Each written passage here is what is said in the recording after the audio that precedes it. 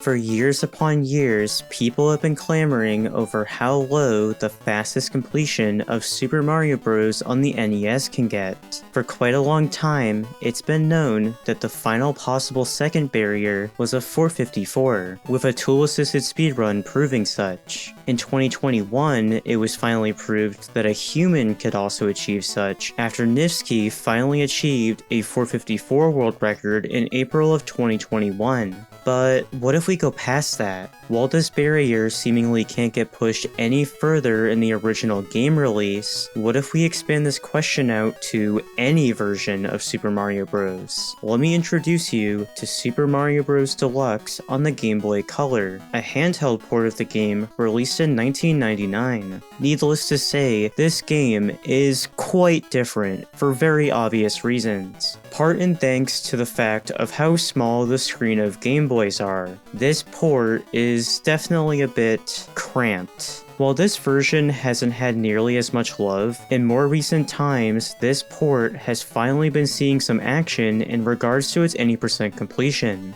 On July 6, 2024, JeremyMKW became the first ever person to achieve a 453 time in this, shooting completely past a time that is possible on the NES. Today, let's dive into what this version of Super Mario Bros. Entails, and how it varies so much to the point that it is faster than the original release.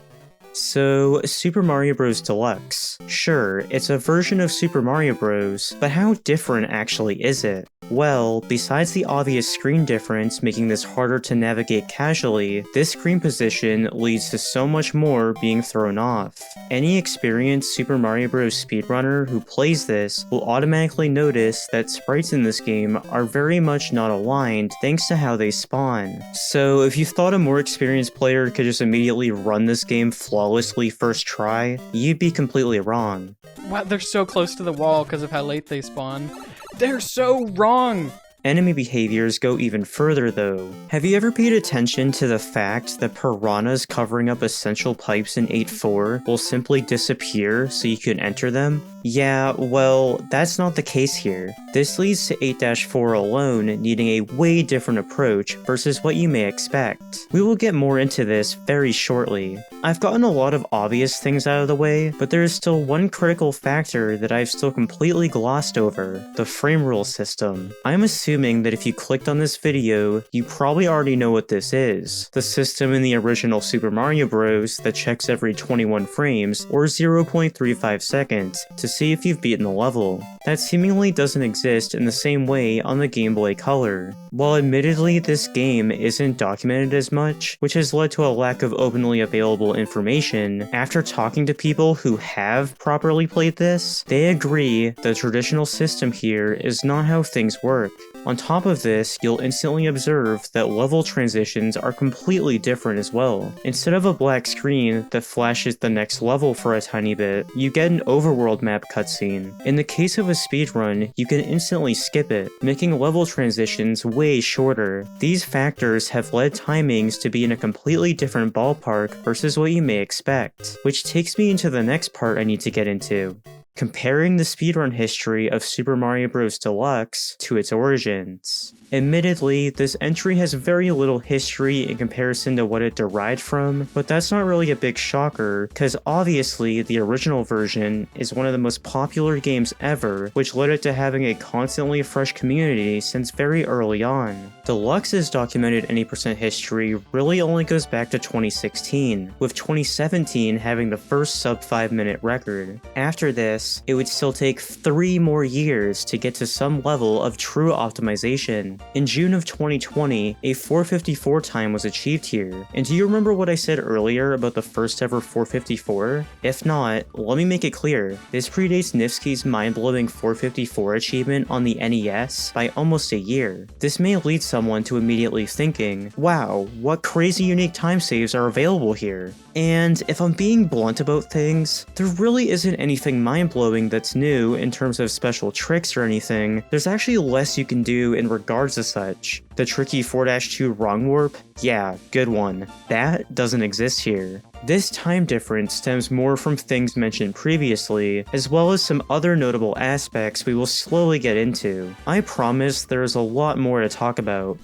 While this high 454 time would sit for nearly 4 years, this would eventually change. To be honest, the reason this time sat for so long at the top is for one huge reason. No one really cares about this game. There wasn't any proper competition to be seen. I mean, look at how the top 10 on this leaderboard is as of making this. It's quite spread out. This is where we introduce the main person of today's video, JeremyMKW. Jeremy is at this point now a longtime Super Mario Bros. Speedrunner, starting out his journey in 2016. Over the years, he has trimmed down his times in not just any percent, but other game completions such as beating every level in Warpless or tackling the infamous Minus World ending on the Famicom Disk System. In 2020, he was able to beat the game in 4 minutes and 56 seconds, and then the following year would do something that would top everything else, getting the world record in Warpless, being the first person to crack into the 18-minute and 58-second barrier at the time. While this record was short-lived, a speedrun resume like this has more than proved how dedicated he is as a speedrunner, and I haven't even talked about his amazing achievements in the game that very much matters even more, Eminem's kart racing. Anyways, before I get too sidetracked, entering July of 2024, he started to dabble with Super Mario Bros. Deluxe for a change, and needless to say, he got the grasp of things shockingly quickly. And I mean quickly, like within the span of a single day quickly. After a bit over 100 attempts, Jeremy was able to achieve a 454.956 on July 4th, a 1 frame improvement over the 454.970 set 4 years previously by Lucas. While the previously set time was an already impressive feat, Jeremy's quick takeover proved that this run was not nearly as optimized as the original, and it was time to get even more serious. So before moving forward into the time you saw in the video title, I want to go level by level and see what is needed to achieve a 454 time, before then explaining how a 53 was then achieved.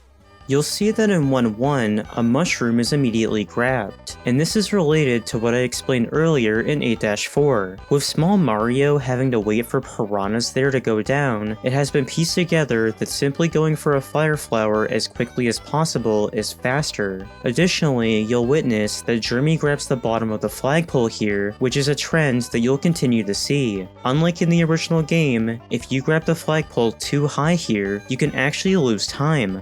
Needing fire means that in 1-2, a second power-up is grabbed to get this flower. After getting through the way harder pipe jumps here, Jeremy also goes for a wall clip to get into the warp zone. While it's hard to physically see this thanks to the tiny screen size, he goes for a crouch clip in a similar vein to a strategy that has been used to enter the glitched Minus World ending on the NES. Except in this release, that glitch was patched. Interestingly enough, this clip is only possible on the Japanese version, which is why he is using such. Jeremy discovered that there are some slight physics differences between the US and Japanese copy. Also, with this clip not being achievable small, this gives yet another reason for why Fire Mario is so huge here. Having a flower makes the next stage, 4-1, pretty straightforward. The one major difference outside of power-ups here is a minor slowdown you'll see him do towards the end of the stage. And why does he do this? Well, if he didn't stop, he would have achieved a 341 on the game timer, which is already different from the 340 that is had on the NES, but in the original game, neither time would be an issue. So why is it here? Playing this game casually enough, you'll be able to piece together that whenever you get 1, 3, or 6 as your last digit on the ending level timer, the game will display fireworks of the corresponding number. Of course, this is slow, except on NES, one firework doesn't fully mean there's an issue in regards to time. You very much see it in certain runs of the game. On Gameboy Color though, fireworks of any number are slow, and should be avoided whenever possible. This is why Jeremy does this wiggle in order to guarantee he gets a 340. This pushes us into 4-2, and like I've already spoiled, the infamous 4-2 wrong warp is nowhere to be seen here. Instead, Jeremy has to hit the vine block, hit an invisible block, immediately hop on it, hop again to the above blocks, and finally get onto the vine. This can be tricky to do quickly while not burning time. 8-1 looks pretty normal to what you may see in a standard NES warpless run thanks to the fire, and without it, things are a nightmare, with Jeremy sharing some other differences such as the hitbox of plants being larger here. Things visually switch once more as he intentionally pauses at the very end, since he once again would get a firework if he ended with a 2:01 time in this case. Very briefly waiting at the base of the flagpole nets him a 200 time. 8-2 is notably tricky to navigate with a fire flower on the NES, and it's especially true on Game Boy. You can barely see what's going on at the beginning where you need a crouch jump. Fortunately though, enemies in this stage seem to stay consistent, with Jeremy generally not having an issue here. Brushing up against this pipe towards the end briefly, he ends with a 342 in-game time, and besides making the end easier, this also avoids 3 fireworks. 8-3 is once more pretty standard for what you may expect, getting through the Hammer Brothers constantly jumping around you. Except, Jeremy has noted that while the beginning bullet bill shot stays consistent, the rest is quite random, and it's up to his quick reactions to continue the run. Once more, there's some overlap with the NES release, with avoiding a 3 in your timer being a notable thing in the past. Instead of doing anything fancy, Jeremy once more briefly pauses next to the flagpole to kill an in-game second. Entering 8-4, you'll see Jeremy fat finger the jump button by mistake, but needless to say, he trudged forward. Already having a fire flower here makes things way easier thanks to the piranha shenanigans already mentioned, and you best bet the wall jump off the pipe is still feasible here, just like the original, albeit it's not like the original at all, actually. You have to perform the wall jump here a block lower than you would in the traditional game. This wall jump is also a 1-frame window to achieve, but weirdly enough, you have to perform a 2-frame setup to do this. Yeah, a 1-framer within a 2-frame window. Strange. Following this is the Cheap room, and any follower of the original speedrun knows that pretty much every single runner goes for a wrong warp here. By going far enough right to spawn the normally intended pipe, and going back left, you can enter the next room faster. Going back to Game Boy though, you're still stuck going for the original pipe. From here, the rest of the run really isn't that mind-blowing. It consists of surviving the tight water section, killing what's in your way, avoiding the fire, and getting around Bowser. Bowser here is notably very inconsistent, with him mostly jumping, but Jeremy has had some runs where he simply didn't jump,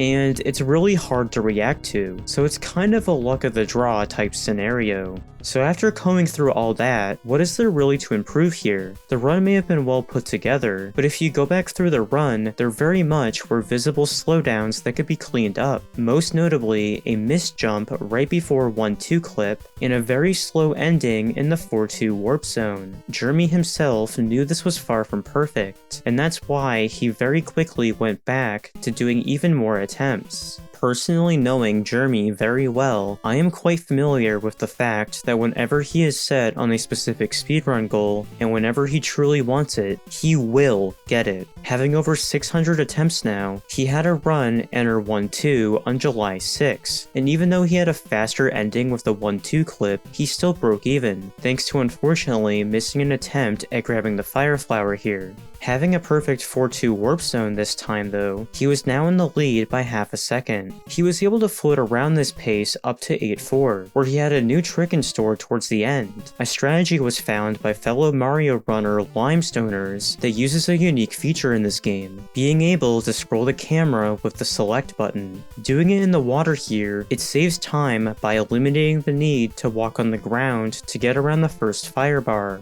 After doing all that was said, 454.521. This made the Game Boy Color record faster once again, as Niftski's NES record at this exact moment in time clocks in at a 454.631. This was great and all, but Jeremy clearly had more in sight. That's record, not 453. With him taking a break and then finally returning for more later that day, he now almost had 800 attempts racked up. Thanks to an immediate fire flower grab and a smooth 1-2, he was already a full second ahead exiting this stage. Keeping this into 4-2, he admittedly had a slightly slow climb section here, but was still majorly ahead. He once more kept his calm and kept this pace into 8-4, and with that, he was finally able to do this.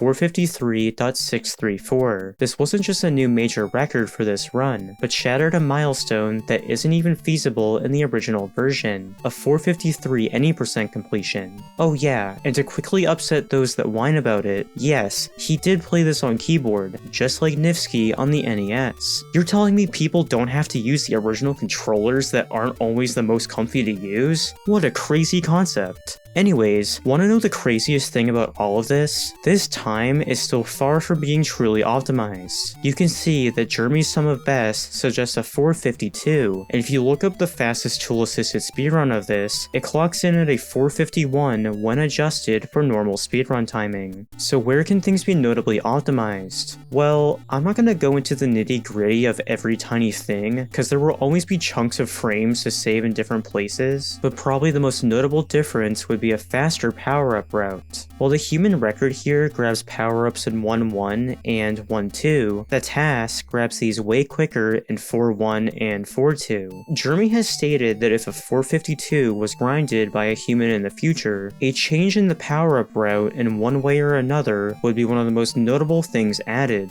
You wanna know the craziest thing about this game though? If we open up the definitions of this run a bit, this isn't even the fastest way to beat the game completely unmodified. Let me briefly introduce you to Any% New Game Plus. What is this? Well, would you look at that? Small Fire Mario is possible in this game, and you can have it as early as 1-1. So how is this done? Well, let me tell you. Before starting up a run, you can enter the game, grab a fire flower, and as soon as you get hit, you can press start to save the game and quit. When re-entering the same game, you'll start out as Small Fire Mario instead of just simple Small Mario. While being small doesn't allow you to do things such as 1-2 clip, doing this New Game Plus run also allows you to skip the walking to the pipe cutscenes. I was about to say that the record here set at a 442 by Lucas, but while scripting this, Jeremy decided to start grinding this on the 8th and was able to push this down to a 439. No matter what though, things will probably sit for quite a bit in this game, unless Jeremy wants to do more. He admittedly just wanted to get the elusive 453, and that he very much did. It's pretty understandable that he doesn't want to push this that much further at the moment, considering how challenging the run is as a whole, with 1-2 clip, a fast 4-2, and the beginning of 8-2 being major choke points full of resets. With this game having even more categories, including a playable version of the lost levels, this title has a lot of untapped potential, but unfortunately, it being a neutered Game Boy port leads to it being way less friendly to the typical casual player. While the original NES version understandably gets way more love, it's really cool sometimes to see what people can also achieve in weird, unique versions of the game, and this is very much one of them. That's all I have to share, so until then, thanks for watching.